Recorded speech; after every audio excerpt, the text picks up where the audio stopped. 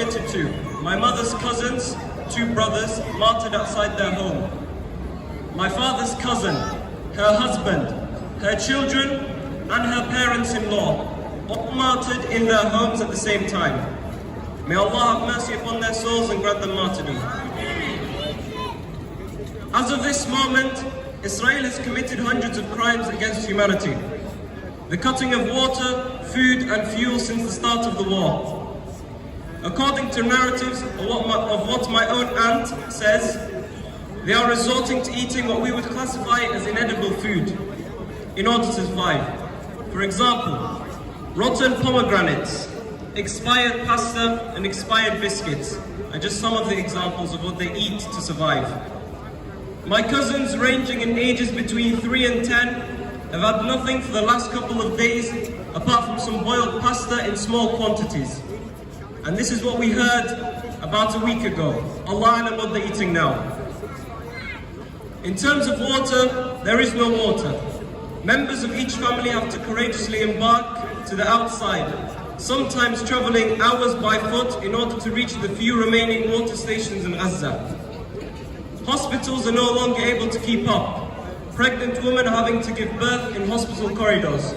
The injured are only treated in extreme serious cases due to the lack of medical equipment and fuel. This means those who may have missing limbs due to the relentless bombings are not treated. They are made to suffer. Can you imagine the pain that tens of thousands must be in right now? On the topic of hospitals, the constant bombings of them in places of worship such as mosques and one of the oldest churches in the world in Gaza, the Church of St. Porphyrius, highlights just how violent and inhumane Israel is. They try to fool us by saying they are the most moral army in the world. Or is this what we call moral? Is this an action that we can accept? Is this something they want us to turn a blind eye to? And just yesterday, all internet and telecommunication services were cut off from Gaza. We can no longer call our families. We can no longer check on them. We can no longer see how they are doing, who is injured, who has been martyred, who's been killed, whose house was destroyed, or who's had to evacuate. Israel wants to prevent any images and videos from going out of Gaza and reaching the world, so they can commit their crimes undetected.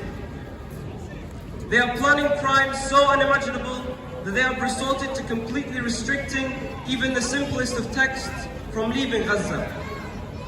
They can try to silence our families in Gaza, but they can never silence the voice of the Palestinians around the world. For as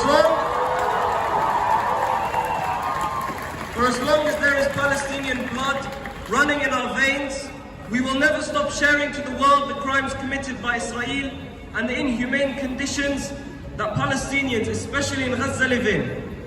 So we must continue to do what we do. Speak out, protest, boycott and resist. For we are weak, divided, but undefeatable as one. Assalamu alaikum wa rahmatullahi wa barakatuh.